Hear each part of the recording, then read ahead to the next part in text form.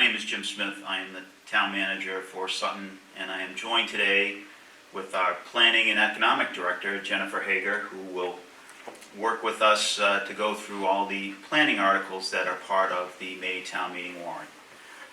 But before we go there, let me just reiterate, town meeting this year is a little different. It's going to be held on a Saturday, May 15th at 10 a.m. prompt. Our moderator likes to get things underway immediately and be very thorough. So check-in will start at 9 a.m.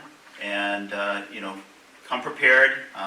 We are working hard with a third-party supplier to assist us with this outdoor town meeting, which is really a first here in the town of Sutton.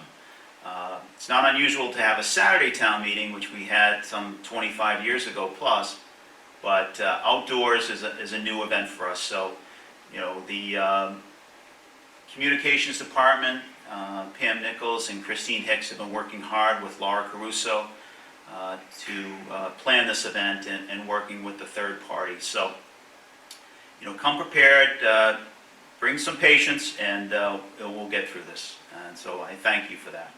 One other thing I'd like to mention is that Town Hall will reopen on Monday, May 10th. So we are getting back into normal. Hours will be the same hours prior to the pandemic, and the library will also be opened their regular hours.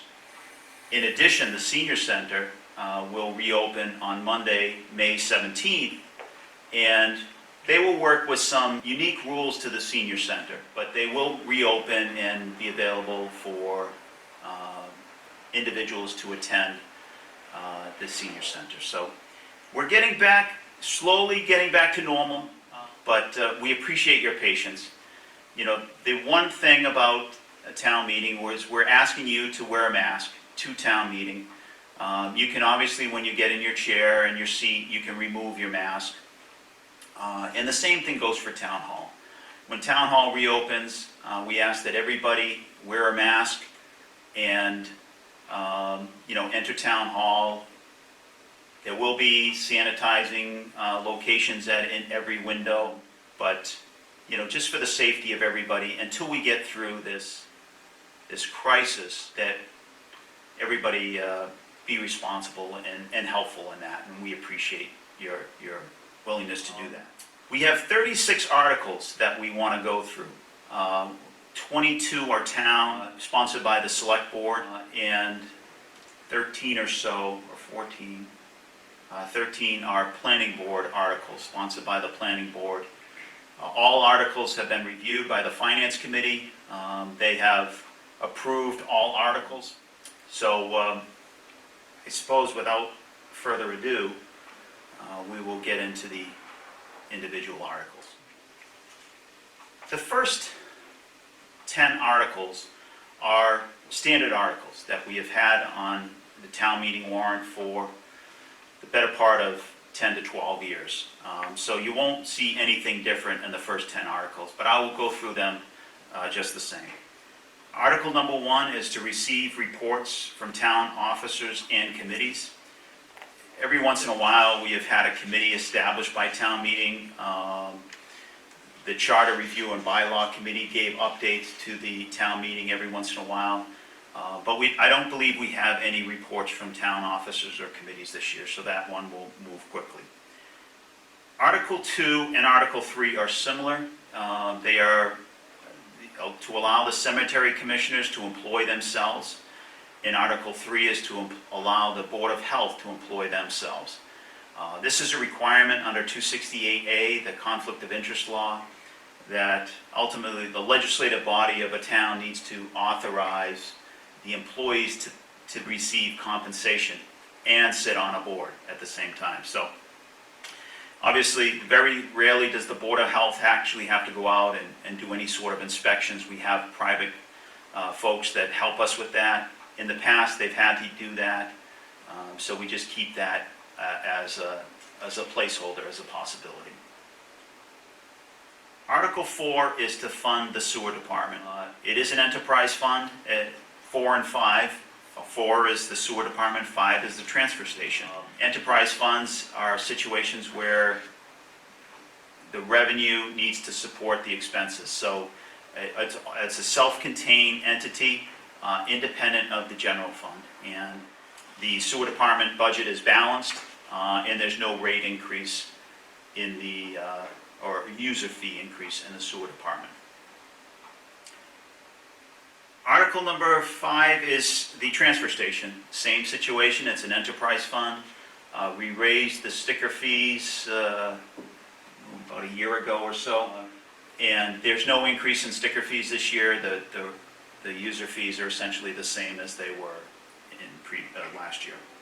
Article 6 is the town budget. It's always Article 6, and this year's town budget obviously is balanced. We've had some significant movement on healthcare, and that we've actually switched from our healthcare provider, Fallon Health Insurance, to Blue Cross Health Insurance through Maya. So great effort and support by the IAC Insurance Advisory Committee, and ultimately produced a negative increase in healthcare, a decrease in our costs. So that's a positive, and that helps us long term with our overall financial picture. Article number 7 is the capital plan. Last year we had a very small capital plan that we approved at the June town meeting, which was delayed from May due to the pandemic. We only did essential items last year. This year we have a larger capital plan. The total amount is $1,472,000. Out of that, approximately $400,000 is through raise and appropriate or new growth, and $992,000 is from free cash, and $80,000 from sewer retained earnings. So a lot of different stuff in this capital plan. You know, a lot of stuff we have been holding off on for a year plus, and you know, hopefully when this capital plan is completed, you'll see a lot of improvements here in Town Hall, or in the town of Sutton, more than anything. So that's the first 7 articles. Article 8 is to fund any underfunded accounts. When we finish the year, or up to this point in time, we have a budget that's lower than it needs to be. We need to add some revenues to that particular budget item. There are 2 underfunded accounts that we'd like to fund, and one is snow and ice. That's almost a perennial one, although last year was a unique year. We're adding $50,000 in free cash to snow and ice. The other is landfill monitoring. We had some issues down at the landfill, and it was another $6,800. That will be an additional transfer into that account, a request from town meeting. So, Article number 9 is an article that we've had on town meeting for a number of years. It's really a placeholder. We haven't had to borrow for this article, but it is the ability to borrow in anticipation of revenue for the Chapter 90 program, which is the street paving program. You know, it's a placeholder in case we come into a situation, but we haven't had to utilize this, and it's a fail-safe at this point for the town. But we've been spending down a lot of our Chapter 90 funds to repair the roads in town, and this article allows us to borrow in anticipation of receipt a number that we've actually gotten confirmed from the state. So again, haven't had to use this. Article 10 is to essentially pay prior year's bills, often referred to as bad bills because they are bills received after June 30th of the fiscal year, and then they become bad bills and it needs to go to town meeting to get authorized and to be paid. And in part due to the pandemic, we had a lot of businesses that weren't even operating during the months of April and May, and it was difficult to get expenses and bills, and I think we had a number of miscommunications across the board. So In the end, we have a National Grid bill for $333. We have Home Depot credit services for $1,995, and that comes from highway planning and a number of different accounts. But we didn't receive the bill until after July 1, and so we have to transfer some money into that account. Article number 11, this is where we get into the other items that are not standard articles. Article number 11 authorizes the town to sell the hatchery property, which is approximately 25 acres off of 122A, Providence Road. The town acquired this back in 1970 for $29,500 from the state of Massachusetts. This is an old hatchery property that the town utilized for a number of years. And the state got out of the fish hatchery business. And so the land became available and the town purchased it for, again, $29,500. We utilized this land for a number of years as a gravel pit. We had a large hill that we dug into and utilized the gravel and sand that came out of that for gravel for road projects, and the sand for when we treated the roads for snow and ice in the wintertime. A lot has changed since the 70s. Most of the work now, road work, is done by third-party folks that we hire to do the road work, and we don't throw sand on the roads anymore. We throw salt and other forms, calcium chloride, to treat the roads. And you know, the hill has become a challenge to dig into because the slope of the hill is so extreme.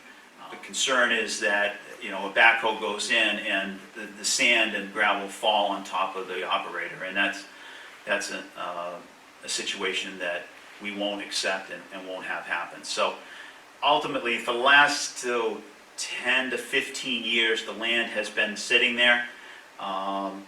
We decided to go out to bid to sell the property. We received a bid from Unified Global Packaging Group for $1,450,000. They will acquire this property and plan on doing some business development on this land. So with the receipts from the sale of this property, our plan is you can't make this part of your operating your budget. These funds cannot go into the general fund.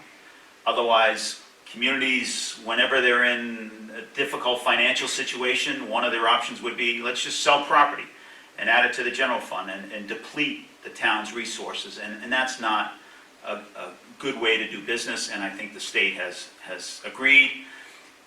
So you have to be able to borrow for a project for up to 5 years, minimum of 5 years' time. So our plan is to create a reserve for appropriation account where we will put these revenues, these funds into that account, and every year appropriate, I think, $300,000 plus into road work. So with Chapter 90 funds approaching $500,000, and with the additional $300,000, that's an additional $800,000 or $800,000 worth of road work that'll take place over the next 5 years. So a significant effort to take care of some road issues that we have had with the sale of this property. So it seems like a win-win situation. You know, immediately after the sale of this property, the town obviously is a nonprofit organization. As soon as it's sold to a for-profit organization, it goes on the tax rolls. So our tax base goes up over $600,000 just on the sale of this property, in addition to all the additional new growth with businesses located on this location. So we will get a significant economic development impact with the sale of this parcel of land. Article 12 is to create a healthcare stabilization fund. It's actually two issues in one article. One is to create the healthcare stabilization fund under Mass General Law, Chapter 40B, Section 5B. So first we create the the healthcare stabilization fund, and then we fund it in the same article. So we create the healthcare stabilization fund and then add the surplus FY21 healthcare funds into this, this stabilization account. Right now, we are anticipating on having somewhere in the order of $300,000 remaining in FY21 healthcare budget. We were going through plan design changes last year, prior to Maytown meeting. They hadn't been solidified and agreed upon, so we put a higher number in our budget. That number came in lower, and that's part of the reason why we have this surplus. That we don't want to go back into free cash. We want to create this stabilization account for future peaks in healthcare costs. This will help offset that and create a steadier projection down the line. So, Article 13 is add to the Special Education Stabilization Fund. Right now, the balance is somewhere in the order of $350,000. This motion is to add $305,000 to the Special Education Stabilization Fund. $250,000 of that is free cash, and $55,000 of that is Medicaid reimbursement that the school department does in their program. So this will build the stabilization account, special ed stabilization account, to over $600,000. Special ed continues to be a cost issue, a burden down at the school department operations, and this is a safety net for any year that we reach where they can't balance their budget, and they've done everything they possibly can to finance everything.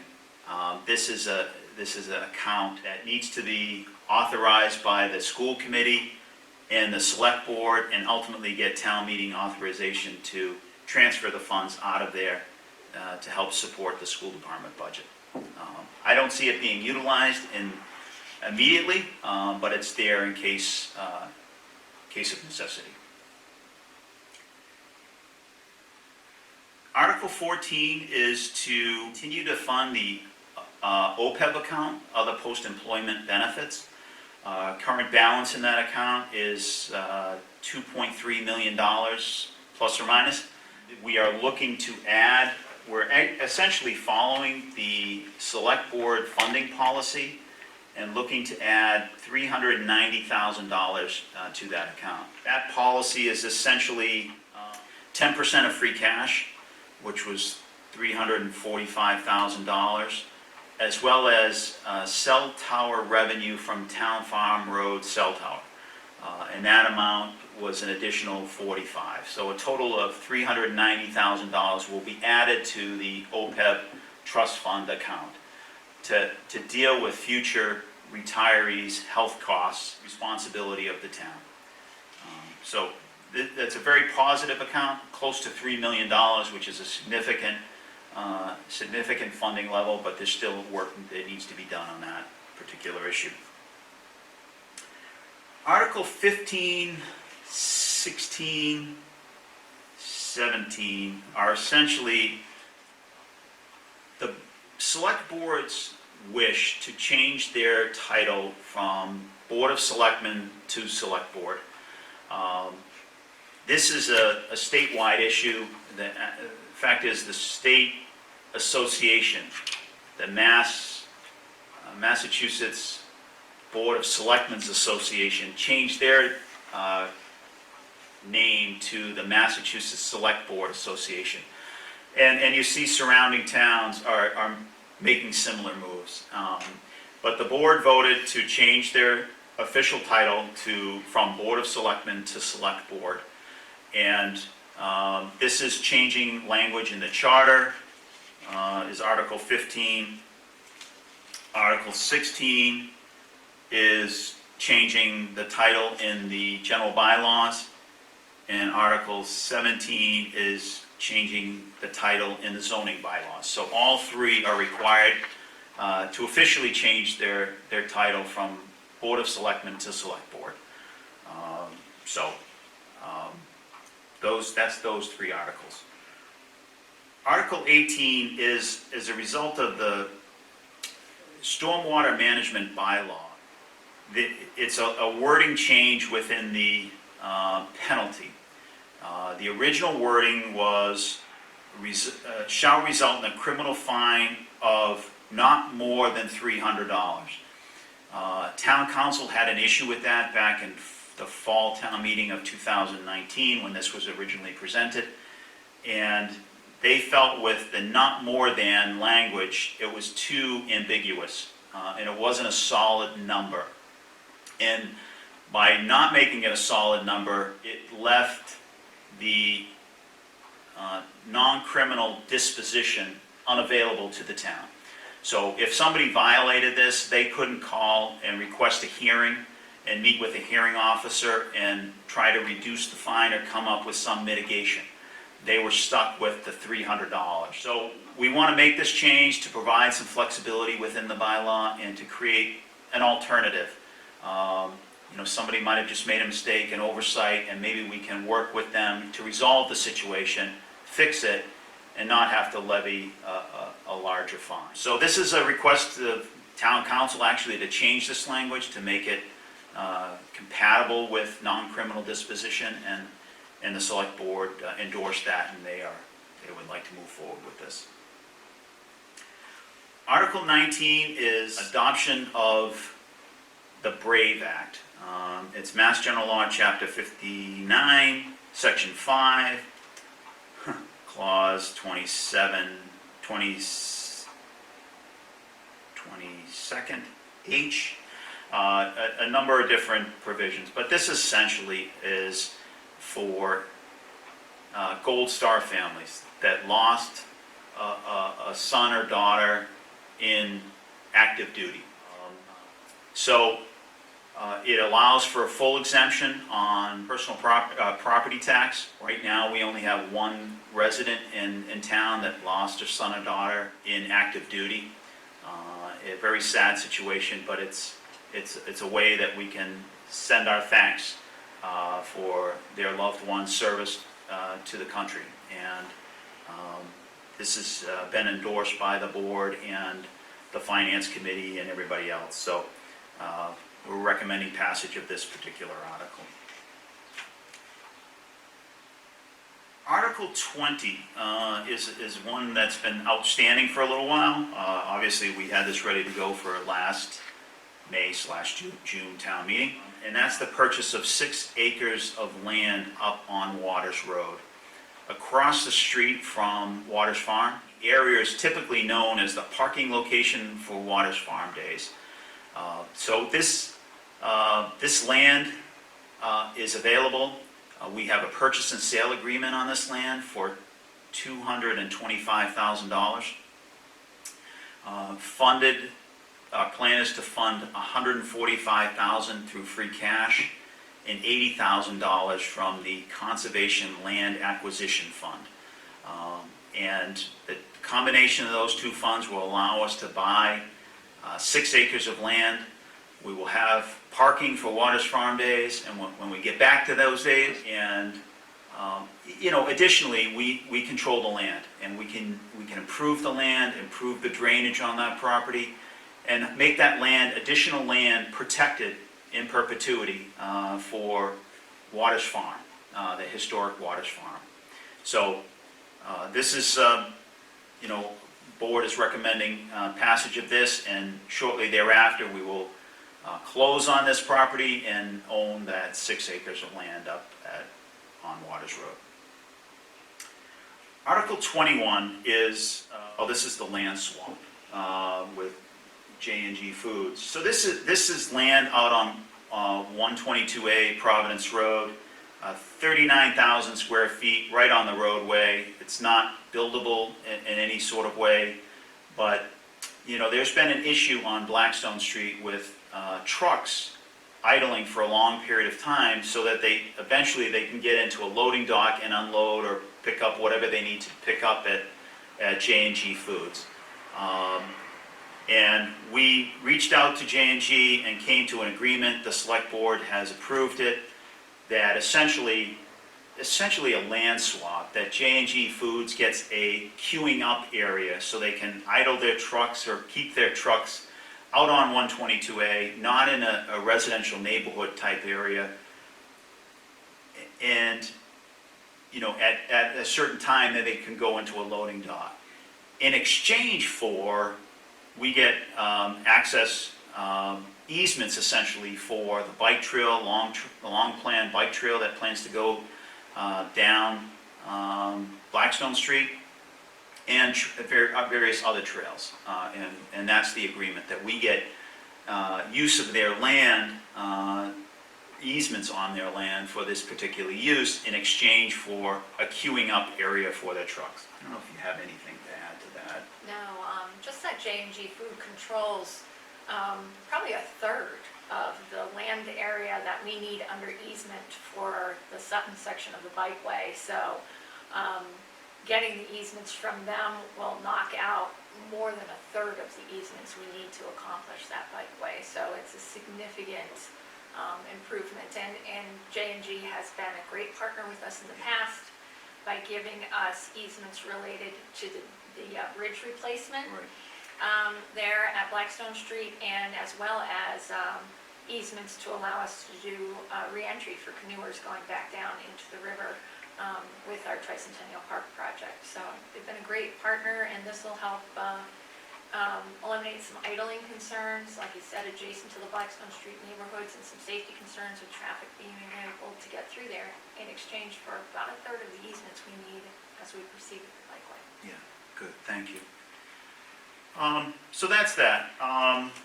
Article 22 is sponsored by the Conservation Commission. This is a request to change the setback area, what's known as the AURA, A-U-R-A, or Adjacent Upland Resource Area, on Great Ponds. So right now the AURA is 200 feet setback from a great pond.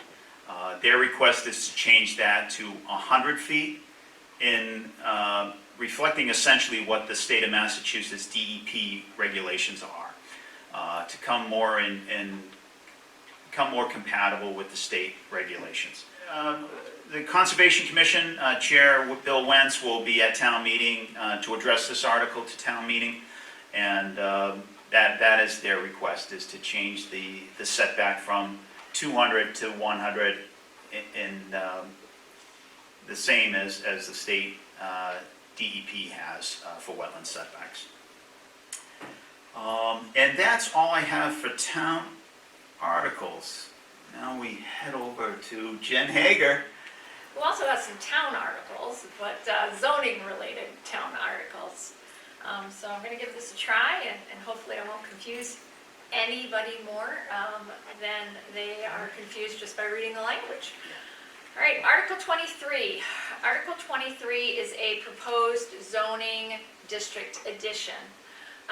Northeast Sutton is currently zoned office light industrial. The office light industrial area is currently bounded by the Blackstone River on the eastern edge, Buttonwood Avenue on the south, and the power lines on the east, and those power lines sit just, the power lines on the west, and those power lines sit just to the east of Dudley Road. So that area, which is almost 400 acres, has been zoned industrial or office light industrial since the inception of zoning in Sutton. Many people will know this area as the former BMT, TNT, aggregate, commercial earth removal area. It's been in earth removal since well before 1950 in the town of Sutton. Aggregate ceased operations and let go of their earth removal permits last year, and as was anticipated by residents, these earth removal areas are largely level once the earth removal is done, and so we anticipated that they would be very good for future development as time moved on. And sure enough, we have new owners of the aggregate parcel, which stretches into the town of Millbury as well. So with the pending closeout of some of these earth removal operations, and the board's knowledge that there would certainly be interest in these areas, they had some traffic modeling done of what would happen to traffic on local roadways and the safety of local roadways if these areas are developed. Right now, under zoning law, you can only gain access to an area like this that's zoned office light industrial from a public roadway, and not through an area that's not zoned for those uses. So even though this parcel butts up against Providence Road and Buttonwood Ave and Boston Road, no traffic can come out of this parcel to Boston Road because that area of the parcel is only zoned rural residential. When the traffic studies were run, as if you're familiar with this part of town, as you might guess, there were serious safety and capacity issues at the intersection of Providence Road and Boston Road, stretching into South Grafton and into Millbury, and all along the length of Boston Road from that intersection right up through the Dudley Road intersection. So the board really considered it essential that with development really on our doorstep now, that we propose a rezoning of some of the residential area that would allow traffic from development, which can occur today on the office light industrial parcel, to have an alternate access route to local roadways. So this rezoning is about 81 acres, only about 32 acres of it is usable because the bulk of it is under the power line easements for National Grid. And if you take a look at the aerials and the maps that are available on the planning board's page for this article, you can see that the rezoning really just allows an access road to kind of slide just to the west of existing power lines and come out on Boston Road at a point on the roadway where you have the best sight distance looking east and west, so it's the safest exit location. So that is the primary reason for this rezoning proposal by the planning board. They just really considered it irresponsible to let development move forward without knowing through their studies that it would cause huge traffic issues if there wasn't a second means of access to this area as development moves forward. So that is the primary reason, well, pretty much the reason for this article, as really not much additional development, if any, can occur in this area. All right, Article 24 proposes a height increase in the office light industrial districts. Again, the office light industrial is primarily in northeast Sutton and also exists south of Mendon Road, both east and west of Route 146, all the way down to the town lines with Uxbridge and Douglas. The board was approached by new landowners in the aggregate area, as well as other interested businesses who are now looking at all of these office light industrial areas, and they provided the board information with industry standards and new development standards for manufacturing, for warehousing, and for research and development facilities. And what the new standards are really focused on is trying to reduce footprints of buildings in a lot of cases and increase heights in terms of basically the economics of development and the new ways that that goods and services and research are conducted inside of these new structures. The board had previously proposed some zoning changes at one of the open town meetings before the COVID, and they proposed a wholesale change of just, you could go up to 60 feet in these districts. And they did hear concerns of residents that just a carte blanche allowance on 60 feet was kind of scary. So the board tried to strike a balance here with this article between trying to promote 21st century business models and trying to address concerns of residents for just kind of willy-nilly carte blanche changes in zoning heights, and also look to neighboring communities in terms of competition for these businesses and kind of looking at what other towns allow. And while Uxbridge and Northbridge only allow up to 45 feet of height, Grafton allows up to 60 feet of height in their industrial districts. Millbury allows anywhere between 50 and 100 feet of height in their industrial districts. and the town of Oxford allows 50 feet in their industrial districts, and Douglas allows up to 60 feet. And the one thing Douglas allowed that the planning board in Sutton found intriguing was that in one of their districts, you can't have carte blanche 60 feet. You have to apply for a special permit, and you have to go through the hearing process to show that that height increase doesn't have a negative impact on surrounding areas. So the board considered that a really great option here, to allow some flexibility, but to allow the safeguard of a special permit process where you can request things like sight lines, shadow studies, and all of those kind of things that would address the concerns that residents might have of a very tall building on their properties.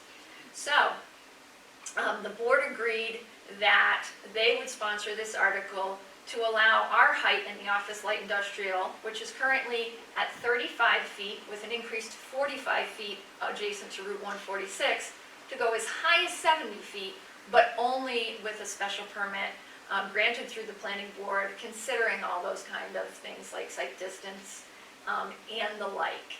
And they only felt this was appropriate in our office light industrial district because those are very wide open, large parcels where if you have a taller building, you can potentially push it back from roadways so that it actually appears to be a shorter building, can be much more easily mitigated in terms of height and still allow that kind of 21st century job creation that we saw in these industry documents that were provided to us.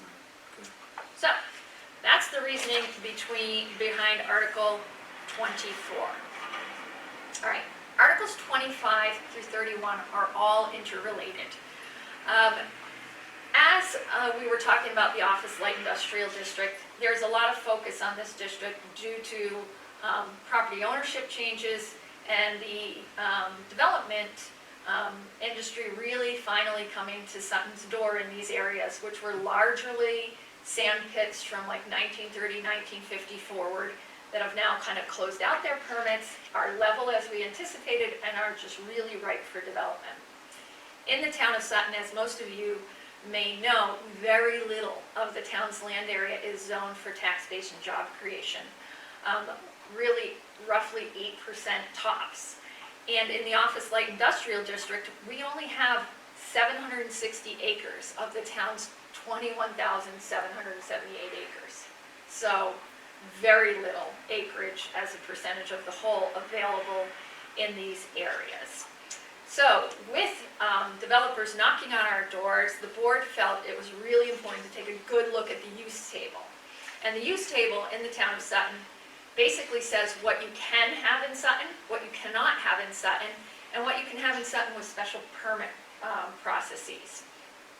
And as we went through that table, the board chose, in this district only for the most part, to eliminate uses that were not highest and best use. That would be uses that don't generate a lot of real estate tax base, do not create a lot of jobs, and do not really respond to things that residents have expressed in various public processes that are desired or needed in this community.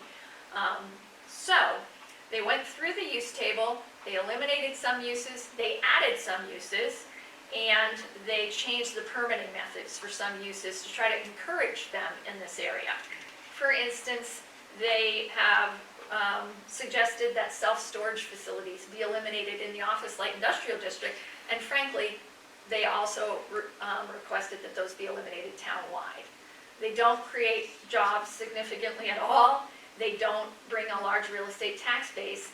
And in sampling all the towns around us, there's plenty of these facilities available to meet local service needs. Yeah. They added the use brewery, distillery, winery, because they've heard repeatedly in public forums that people would really like this use potentially available within the town of Sutton. And then they took uses like trucking service, warehousing, which has been interpreted in any myriad of ways over the years, and they chose to really kind of break that into the things that has been interpreted to allow over the years: warehouses with distribution, service companies, and package and freight delivery companies. Give them their own use category,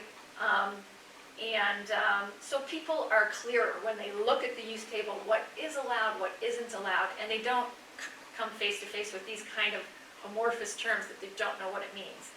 And that's really helpful for developers when they're looking at our bylaw, but also for residents when they're moving into an area and they are next to a district and they want to know what might happen near them. So these are just examples of some of the changes that are proposed in the table, and include other things like changing research and development facilities from a special permit to a permitted use. It will still go through a public hearing process if one is proposed, but it has more certainty in terms of developers who would propose a facility, which are usually in the tens of millions of dollars when you're talking about research and development. So that is what is occurring in Article 25. That is the article where residents are really choosing what uses they want to allow, what uses they want to take away, and what uses they want to change the permitting mechanisms on. The only thing that's happening in Articles 26 through 31 is that definitions are being added or taken away from the bylaw, because the board really feels strongly that all uses really need a definition. So, for instance, if you take away the definition of self-storage facility in Article 26, that doesn't remove the use. Removing the use is done only in Article 25. Adding a definition for warehouse with distribution doesn't add the use in that article. That use is being singled out and kind of cleaned up and cemented in the bylaw only in Article 25. So Articles 26 through 31 are just adding and subtracting definitions. They don't have the effect of adding or subtracting a use. They're really just to make sure our bylaw is clear and clean and we know what we're talking about. It makes sense to remove cemeteries from OLI, which is your job creation area, and you've got cemeteries or town garages. It makes perfect sense. Right.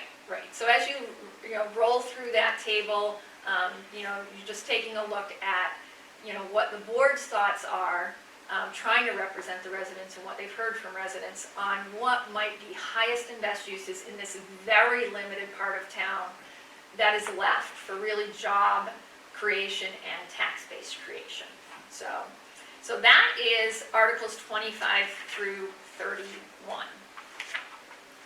All right, Article 32 is about marijuana. So, the town of Sutton currently has what's called a marijuana overlay, business overlay district. That area is also known in Sutton as South Sutton Commerce Park. It's about 114 acres. It's off exit 4 of Route 146. And as fortune would have it, it is now fully occupied. We're very happy that Prime Metals and IBA have become the last two tenants in that park. That park is now fully occupied. Mass General Law basically says you have to allow medical marijuana establishments in your community someplace. And Mass General Law also gives towns the option of allowing adult use, or what is also known as recreational marijuana establishments in your town wherever you choose.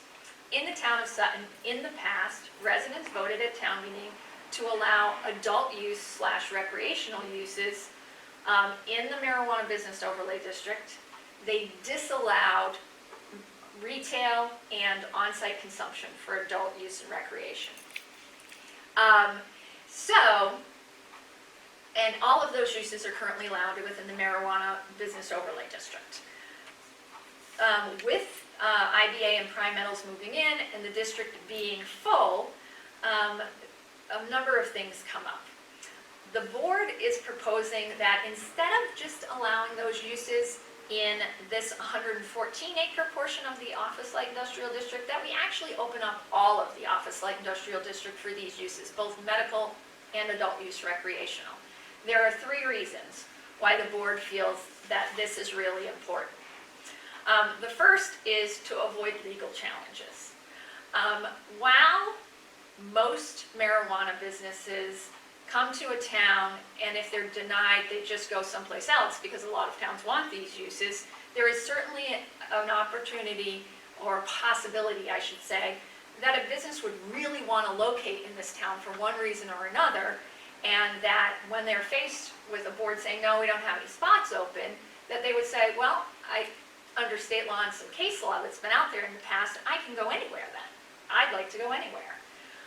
The planning board thinks it's really important that even though we might prevail in this kind of lawsuit, that the town not willingly and openly, knowingly waste money on that kind of a lawsuit, that we have an alternative area where the uses could go. The second reason is these uses are allowed in every town that abuts the town of Sutton. And as we've seen in those towns, they can be significant revenue generators, and they produce a really great range of extremely high-tech jobs. And by and large, for a lot of really young professionals up and coming in the job market these days. So when you really drill down to the kind of jobs that are provided by these industries, they're really very interesting and very skilled jobs. So that's the second reason. And the third reason they're proposing it specifically in the Office Light Industrial District is, again, these are large open areas where you can set a cultivation facility. So, for example, back in the property, so it has minimal, if any, visibility and impact. So you have some areas that you could potentially grow some tax base and jobs with little to no impact. So that is the reason for this article. And the important part to me is that we're not changing what town meeting voted. There will be no retail sale recreational marijuana. No. It does not exist in the town of Sutton. What this is simply changing the zone that it can locate in. Right. With growing and other types of. Right. Those recreational adult uses that town residents have said they're okay with, and the medical uses that we're required to host somewhere in town by law. Right. Right, so that's that one. All right, Article 33. Trying to be a very highly cooperative board, a few years ago, one of our assessors approached the board and said, look, can you please make sure we have a prohibition on structures within 25 feet of the town line? We've gotten into some arguments with the budding towns on structures that are very close to or straddle the town lines, primarily homes. And there's just no need for it. Can we please just make sure there's a separation to the town line so we eliminate these arguments altogether? And the board said, absolutely. And they changed the regulation to prohibit structures within 25 feet. Unfortunately, what I did not do and what the board did not do at the time was take a really good look at the zoning map and think about, in particular, the office light industrial areas, where we have multiple large parcels that straddle the town line. And by making a building have to be not on the town line or separated from the town line, we actually can be pushing development into other towns or really foregoing maximum development and orderly development of our office light industrial areas. We're basically, at a minimum, taking a 25-foot strip all along those town lines and saying there's no tax generation in those areas. And what it can end up doing, if you take a good look at where parcels sit, is really kind of dampening the ability to develop land in these districts. So, only in the office light industrial areas, the board is recommending that that 25-foot separation to the town line be eliminated. There's no reason why in residential areas you can't shift a home's footprint and not be on the town line. And to, in fact, be more than 25 feet from the town's boundary. So, that is Article 33. Article 34. Coming down the home stretch here. Okay. Industrial districts within the town of Sutton. So this is pure industrial. These are districts where you kind of have some of the heavier industrial uses. Only 138 acres in the town of Sutton out of nearly 22,000 acres is zoned industry right now. One of those areas exists as you come southbound on Route 146. As soon as you cross over the Millbury town line, it's known as Burnap Industrial Park. The other industrial area is as you come north on Route 146 from Boston Road running north to the town of Millbury. On your right-hand side, you'll see Lord & Propane. You'll see rock crushers with the big equipment for sale and rent. That area is zoned industrial from Route 146 back to Dudley Road. We had some business owners approach us with some interest primarily in land on either end of two cul-de-sacs that exist in Burnap Industrial Park. And there's two parcels, one fully in Sutton and one on one side that's partially in Sutton, partially in Millbury. And these developers said, you know, you only have to have 100 feet of frontage to create new lots and open up areas in your office light industrial districts when they're on a cul-de-sac. Why do you require the greater, the 200 feet of frontage, more than double the frontage in your industrial areas?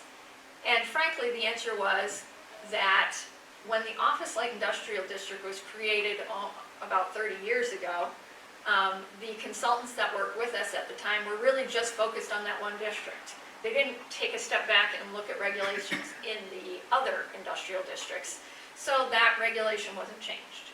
So the people interested in Sutton this time asked the board if they would consider reducing the frontage on cul-de-sacs in the industrial districts. Right now, there's only two cul-de-sacs in the industrial district, but even if more were created in the industrial district where Lord and Lamar's is, although that would be extremely difficult, the board was very supportive of really trying to promote, again, the maximum utilization of land within the industrial districts, again, for tax base and job creation. Makes sense. So this just allows frontage on those cul-de-sacs to be reduced to as little as 100 feet and only within the industrial areas as is currently allowed in the office light industrial. So, Article 35. This one's a little complicated, so let me try to break it down as much as I can for you. Through a recent lawsuit, it was brought to the board's attention that there's a number of situations where lots that are not in compliance with today's zoning standards for frontage and or area exist that potentially should be buildable in terms of kind of fairness in the board's opinion. So let me try to explain. If you were a landowner that bought some land and split it into multiple parcels, in this case, there are several time frames within the town of Sutton where we changed our zoning significantly. One of those was in 1978 when residential areas, rural residential, used to allow 40,000 square feet and 175 feet of frontage. We changed that in 1978, and we went all the way up to 80,000 square feet and 250 feet of frontage, a substantial change in our bylaws. If you owned land prior to that change, and you owned two parcels side by side that you split up prior to 1978 for buildable lots, and one or both of them remain, or both those parcels remained in your ownership, so you own them. In this case of the lawsuit, a couple had bought the parcels, built their house on one, and saved the other one, and thinking, you know, land only goes up in value. When we're ready to retire, we're going to sell that land, and that'll pay for our retirement. But you were not aware of the zoning change, or did not understand, as the planning board felt most people wouldn't understand, that once zoning increases, you only have 5 years if you own two parcels side by side that don't conform to the zoning that's proposed. Once the zoning's changed, you have 5 years to get one or the other of the parcels out of your name. And if you don't, the one that's not built on, the vacant one, is now not buildable at all. So this value you thought you had is now gone.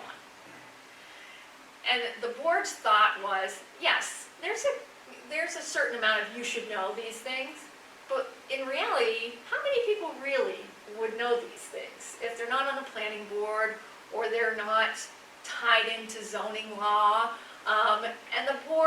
So the board asked me to do some maps to see how much of this might exist in the town of Sutton. It turns out there's probably a couple of dozen cases where this exists throughout the town, and out of more than 4,500 parcels in the town, there's a couple of dozen cases where this exists. And the board said, you know, we don't want to necessarily just say all of these are magically buildable, because when you look at some of them, they're really tiny parcels in areas where there's very large parcels. So the board took a good look at this and thought about it and worked on it and said, you know what? If you have a house that you legally created, and, or you have a lot, and it's vacant, you've never put anything on it, a barn, an outbuilding, nothing. It's just been sitting there waiting to sell for some value in the future. And the 5-year grandfathering period is passed, because you knew nothing about it most of the time. You can then apply to the Zoning Board of Appeals, and the board will take a look at your vacant lot, and they'll take a look at other developed lots in your immediate area. And if the board can make a finding that your vacant lot is pretty consistent in size, etc., to other developed lots in your immediate area, then they may grant you a special permit to consider that lot to be buildable again. So, we're trying not to dump a lot of work on the assessors to have to ferret out all these potential dozens of cases and make them all buildable suddenly. You have to apply to the zoning board and get the permit, at which point your value would be adjusted and you would have a zoning buildable permit. You still have to get a perk test, you still have to have the appropriate ability, but the board really considers this an issue of equity. It will also, of course, bring additional tax dollars on the books. Obviously, when you build houses, there's also usually associated costs with that. But they really consider this an issue of equity that they should resolve. And it will, in effect, also resolve this lawsuit while we're at it, but that wasn't their main motivation. So that's this article. It's a little tricky, because Nice job explaining. as the point was, this is really tricky, and people shouldn't pay the price for not understanding tricky. So, Article 36, last one. All right. In the town of Sutton, we have standard building lots, and you are also allowed to apply for a special permit for what's called a retreat lot, which is also just a building lot for a single-family home in most cases. In some districts, you can apply for duplexes. But those districts are limited. But it's just a buildable lot.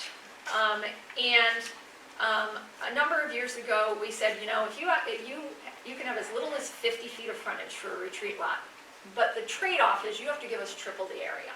So we're letting you use something you wouldn't normally use, but it has to have triple the area. And the reason really for these is that if somebody had as little as 50 feet of frontage and they had no economic use of it, what they would do is they'd file a subdivision plan to put in a roadway, which only needs 50 feet, 40 or 50 feet to put in the roadway right away, and instead of getting one house lot, you'd end up with 3 or 4.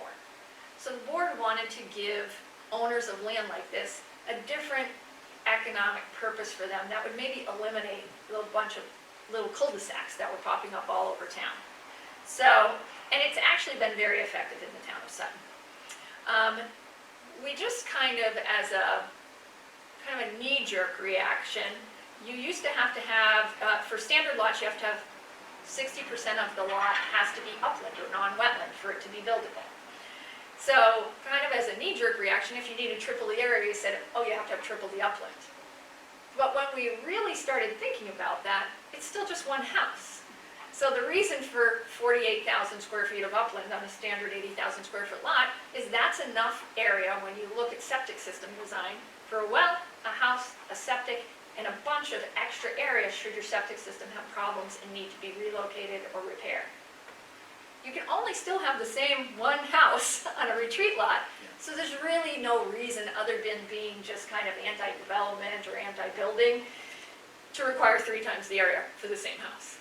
So this article is just going kind of back to science, which is a retreat lot is still the same use as a standard lot, therefore it doesn't need any additional upland area to support the same septic system, the same well, and the same house.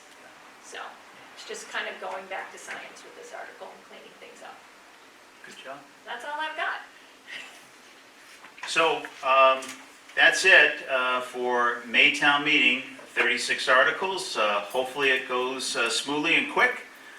We hope to see you on Saturday, May 15th at 10 a.m. prompt for our annual town meeting. Thank you. Thank you.